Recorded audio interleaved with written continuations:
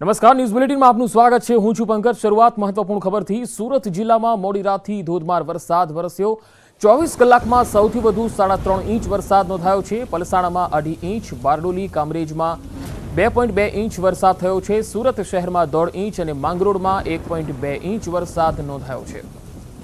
તો સુરત જિલ્લામાં મોડી રાતથી ધોધમાર વરસાદ, 24 કલાકમાં સૌથી વધુ 3.5 ઇંચ વરસાદ થયો છે।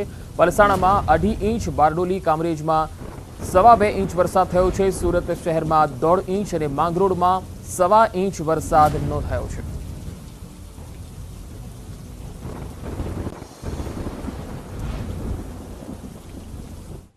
રાજકોટ શહેરમાં વરસાદી માહોલ જામ્યો છે। માધાપર ચોકડી, ગોંડલ ચોકડી, મવડી ચોકડી, ત્રિકોણબાગ, જામનગર રોડ, નાના મોવા circle, Anand Bungalow Chowk, Dhebar road, Gondal road, Morbi road, Velnathpara સહિતના વિસ્તારોમાં વરસાદ સવારે 7 થી 8 વાગ્યા સુધીમાં વરસાદ પડ્યો। રાજકોટ શહેરમાં વરસાદી માહોલ જામ્યો છે। માધાપર ચોકડી, ગોંડલ ચોકડી, મવડી ચોકડી, ત્રિકોણબાગ, જામનગર રોડ સહિતના વિસ્તારોમાં વરસાદ પડી રહ્યો છે। સવારે 7 વાગ્યાથી 8 વાગ્યા સુધીમાં ધોધમાર વરસાદ ખાબક્યો। આગામી 3 દિવસ વરસાદની આગાહી વચ્ચે આજે ઉત્તર ગુજરાત અને સૌરાષ્ટ્રના કેટલાક વિસ્તારોમાં વરસાદી માહોલ જોવા મળ્યો। અરવલ્લી જિલ્લામાં સતત બીજા દિવસે પણ વરસાદી માહોલ જોવા મળ્યો।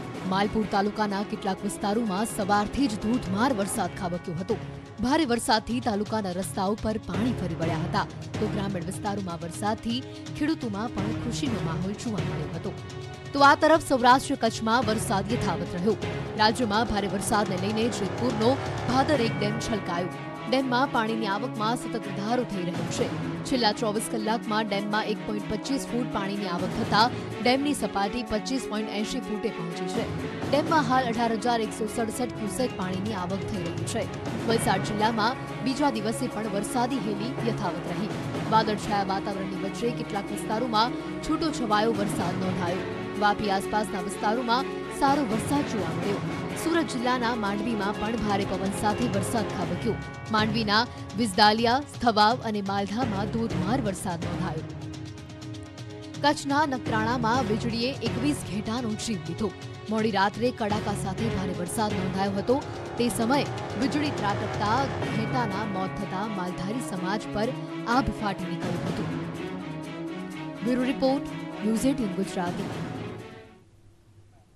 આ તરફ રાજકોટ જિલ્લાના ધોરાજીમાં વાતાવરણમાં પલટો આવ્યો। ધોરાજીમાં સતત ત્રીજા દિવસે વરસાદી માહોલ રહ્યો। સવારથી વાદળછાયા વાતાવરણ બાદ હવે વરસાદ શરૂ થયો। ધોરાજીમાં ગાજવીજ સાથે વરસાદ વરસી રહ્યો છે। વરસાદને પગલે ખેડૂતોમાં ખુશીની લહેર જોવા મળી રહી છે।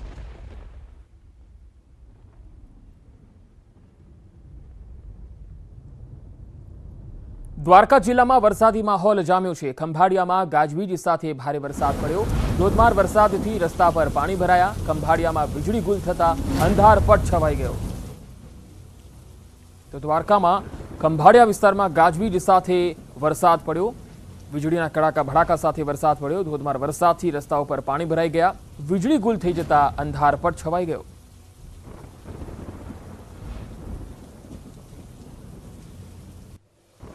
તો ખંભાળિયામાં મોટી જાનહાનિ પણ ટળી। ભારે પવન સાથે વરસાદથી વીજળીનો તાર યુવક પર પડ્યો। સલાયા રોડ પર હરિપર ગામ પાસે આ ઘટના બની। પીજીવીસીએલનો તાર યુવક પર પડતા યુવકને સામાન્ય ઈજા થઈ। યુવાને સતર્કતાથી પોતાનો જીવ બચાવ્યો।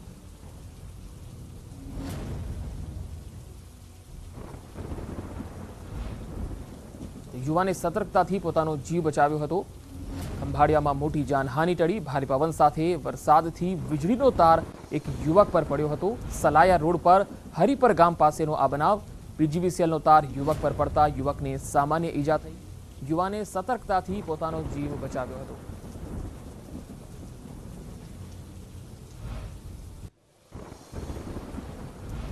રાજ્યમાં જામ્યો વરસાદી માહોલ। છેલ્લા 24 કલાકમાં 171 તાલુકામાં મેઘમહેર થઈ। ઉમરપાડામાં સૌથી વધુ 4.5 ઇંચ વરસાદ નોંધાયો। નર્મદાના સાગબારામાં 3.5 ઇંચ વરસાદ પડ્યો। ધાનેરામાં 2.5 ઇંચ જેટલો વરસાદ નોંધાયો છે। રાજ્યભરમાં કુલ 171 તાલુકામાં છેલ્લા 24 કલાકમાં મેઘમહેર થઈ છે। ઉમરપાડામાં સૌથી વધુ 4.5 ઇંચ વરસાદ, નર્મદાના સાગબારામાં 3.5 ઇંચ વરસાદ, જ્યારે ધાનેરામાં 2.5 ઇંચ વરસાદ પડ્યો છે।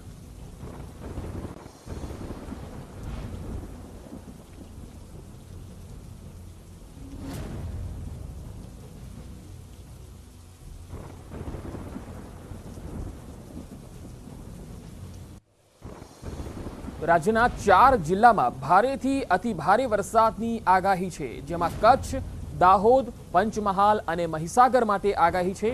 રાજ્યના 13 જિલ્લામાં પણ વરસાદની આગાહી કરાઈ છે, જેમાં અમદાવાદ, ગાંધીનગર, ખેડા, વડોદરા, અરવલ્લી, રાજકોટ, જામનગર, દ્વારકા, સુરત, તાપી, નવસારી, ડાંગ અને વલસાડ આ જિલ્લાઓમાં પણ વરસાદની આગાહી છે। અરબી સમુદ્રમાં લો પ્રેશર સક્રિય થયું છે। માછીમારોને દરિયો નહીં ખેડવાની સૂચના આપવામાં આવી છે।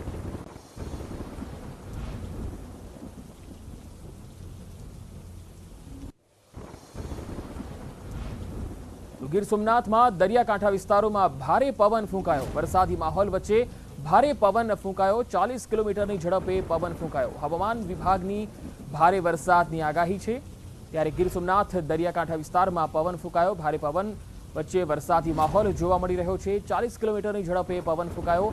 હવામાન વિભાગની ભારે વરસાદની આગાહી છે।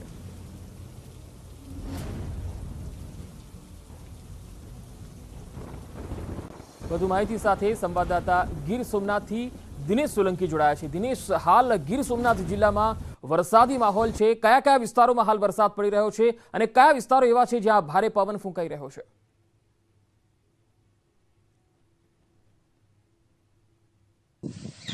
બિલકુલ પંકજ, ગીર સોમનાથ જિલ્લાના વિસ્તારોની જો વાત કરવામાં આવે તો ગીર સોમનાથ જિલ્લાના દરિયાકાંઠાના તમામ જે વિસ્તારો છે એ તમામ વિસ્તારોની અંદર મોડી રાતથી તેજ પવન છે તે ફૂંકાઈ રહ્યો છે। હું આપને દ્રશ્ય બતાવવાના પ્રયત્ન કરીશ કે જે પ્રમાણે મોડી રાતથી જે પ્રમાણે પવન ફૂંકાઈ રહ્યો છે, વૃક્ષો છે તે હિલોળા લઈ રહ્યા છે અને 40થી વધુ કિલોમીટરની ઝડપે પવન ફૂંકાવાને લઈ અને લોકો સિંગી જોવા મળી રહ્યા છે અને સાથે સાથે જે કહી શકાય કે હળવાથી મધ્યમ ઝાપટાઓ છે તે પણ વરસી રહ્યા છે। એટલે એક પ્રકારે કહી શકાય કે હવામાન વિભાગે જે પ્રમાણે આગાહી કરી હતી કે 75થી લઈ અને 150 કિલોમીટર સુધી દરિયાકાંઠા વિસ્તારમાં પવન ફૂંકાઈ શકે છે અને તે જ પ્રમાણે મોડી રાતથી ગીર સોમનાથ જિલ્લાના તમામ જે દરિયાકાંઠા વિસ્તારો છે તે તમામ જગ્યાએ તે જ પવન છે તે ફૂંકાઈ રહ્યો છે અને તેમને કારણે લોકો ચિંતિત જોવા મળી રહ્યા છે। તો સાથે સાથે જે અરબી સમુદ્ર છે, ગીર સોમનાથ જિલ્લાનો જે અરબી સમુદ્ર છે તેમની અંદર ગઈકાલ વહેલી સવારથી ઊંચા મોજાઓ છે તે ઉછળી રહ્યા છે। આજે કહી શકાય કે રક્ષાબંધનનો પાવન તહેવાર છે અને પાવન તહેવારને લઈ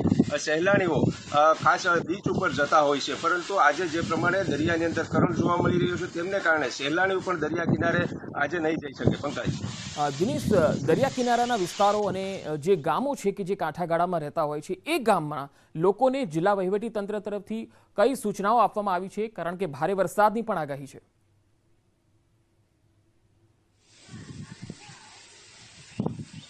બિલકુલ પંકજ, જે પ્રમાણે હવામાન વિભાગે આગાહી કરી હતી તે જ પ્રમાણે દરિયાકાંઠા વિસ્તારમાં છે તે પવન ફૂંકાઈ રહ્યો છે। ખાસ કરીને આ જે વિસ્તારો છે તેમની અંદર ખાસ ઉનાના અને કોડીના તેમના જે ગ્રામ્ય પંથકો છે તેમની અંદર સ્થિતિ ભયજનક બની શકે છે। મોડી રાતે જ એક પ્રકારે કહી શકાય કે ઉનાનું સૈયદરાજપુરા જે ગામ છે ત્યાં આગળ 2 થી 3 જેટલા મકાનો છે તે ધરાશાયી થયા હતા। આ ગામ એમાં પણ ગાબડા પડ્યા હતા। એટલે જોવા જઈએ તો જે પ્રમાણે હવામાન વિભાગે આગાહી કરી હતી તે જ પ્રમાણે તેજ પવન ફૂંકાઈ રહ્યો છે। દરિયાની અંદર ઊંચા મોજાઓ ઉછળી રહ્યા છે।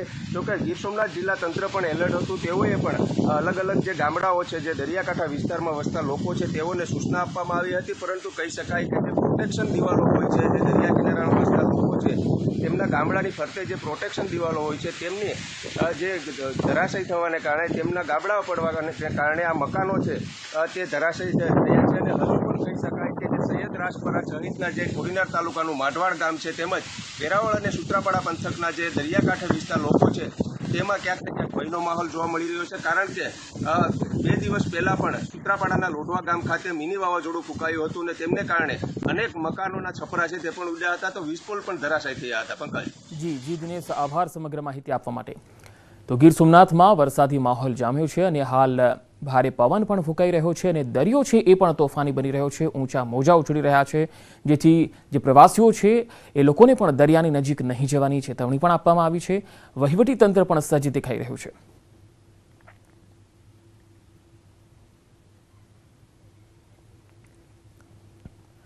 તો તોફાની બન્યા છે રાજ્યના દરિયા અને દરિયાકાંઠે ભારે પવન સાથે વરસાદી વાતાવરણ છવાતા બંદર ઉપર 3 નંબરનું સિગ્નલ લગાવાયું છે। રક્ષાબંધનની રજાઓમાં જો તમારે દરિયા કિનારે જવાનું આયોજન હોય તો સાવધાન રહેજો, કેમ કે રાજ્યના દરિયા બન્યા છે તોફાની। હવામાન વિભાગની આગાહી પ્રમાણે રાજ્યમાં ભારે વરસાદની આગાહી છે, ત્યારે દરિયાએ પણ પોતાનું રૌદ્ર રૂપ બતાવ્યું છે। ગીર સોમનાથ અને દીવના દરિયામાં ભારે કરંટ સાથે ઊંચા ઊંચા મોજાઓ ઉછળી રહ્યા છે। દીવના Nagoa beach, Jalandhar beach, Ghoghla beach સહિત સોમનાથ નજીક આવેલો બીચ પર મોટી સંખ્યામાં પ્રવાસીઓ આવે છે, પરંતુ હાલ આ તમામ બીચો પર નહાવા પર પ્રતિબંધ મુકાયો। હાલ જે પ્રમાણે દરિયામાં મોજાઓ ઉછળી રહ્યા છે તે જોતા દરિયા કિનારે જવું ખતરાથી ખાલી નથી। બીજી તરફ માછીમારોને પણ દરિયો ન ખેડવા સૂચના આપવામાં આવી છે। તેમ છતાં ગીર સોમનાથના દરિયામાં 2 બોટો હિલોળા લેતી જોવા મળી। દરિયામાં ભારે કરંટ અને મોજા હોવા છતાં આ રીતે માછીમારી કરવી એ જોખમી છે। આ તરફ અમરેલીના જાફરાબાદનો દરિયો પણ તોફાની બન્યો। જાફરાબાદના દરિયાકાંઠે 10 ફૂટ ઊંચા મોજા ઉછળ્યા। કાંઠા વિસ્તારમાં પવનની ઝડપ વધતા દરિયામાં ગયેલી અન્ય રાજ્યોની બોટ કિનારે પરત ફરી। મહારાષ્ટ્રની 30 બોટોએ જાફરાબાદમાં આશરો લેવાની ફરજ પડી। હાલમાં માછીમારોને દરિયો ન ખેડવાની તાકીદ કરાઈ છે। દરિયામાં કરંટ જોવા મળતા રાજ્યના બંદરો પર 3 નંબરનું સિગ્નલ લગાવાયું છે। જૂનાગઢના માંગરોળમાં પણ તકેદારી વધારાઈ છે। માછીમારી કરવા ગયેલી બોટોને પરત બોલાવાઈ છે। માંગરોળના આસપાસના વિસ્તારોમાં ભારે પવન સાથે વરસાદ ખાબકતા દરિયામાં કરંટ જોવા મળ્યો। માંગરોળ આસપાસ વરસાદી માહોલ છવાયો છે। આ તરફ દ્વારકાના ઓખા બંદરે પણ 3 નંબરનું સિગ્નલ લગાવાયું છે। હવામાન વિભાગની આગાહીના પગલે એલર્ટ બનેલા તંત્રએ માછીમારોને દરિયો ન ખેડવા પણ સૂચના આપી છે। Bureau report, news 18 Gujarati. દરિયા કિનારે કરંટ એટલી હદે હતો કે બોટના થઈ ગયા 2 ટુકડા। ઘટના ગીર સોમનાથના કોડીનારની છે। અરબી સમુદ્રમાં લો પ્રેશર સક્રિય થતા રાજ્યના દરિયામાં ભારે કરંટ જોવા મળ્યો। દરિયામાં ઊંચા ઊંચા મોજા ઉછળ્યા। તોફાની ચડેલા દરિયાનું રૌદ્ર રૂપ તો તમે જોયું હશે, પરંતુ ગીર સોમનાથના કોડીનારના દરિયાને વધુ પડતો જ કરંટ ચડ્યો। દરિયામાં ભારે મોજા અને કરંટને લીધે એક બોટના 2 ટુકડા થઈ ગયા। દ્રશ્યોમાં જોઈ શકાય છે કે દરિયાના મોજા વચ્ચે બોટ 2 ભાગમાં વહેંચાઈ ગઈ। દરિયા કિનારે માંડ પહોંચેલી આ બોટના 2 ટુકડા થઈ ગયા। એના પરથી જ અંદાજ લગાવી શકાય છે કે દરિયામાં કેટલો કરંટ હશે। ચોમાસા દરમિયાન દરિયો તોફાને ચડે છે, પરંતુ કોડીનારના દરિયાને તોફાની રૂપને આ બોટ સહન ન કરી શકી અને કિનારે પહોંચતા જ બોટના 2 ટુકડા થઈ ગયા। જો કે બોટ કિનારે પરત પહોંચી જતા મોટી જાનહાનિ ટળી હતી।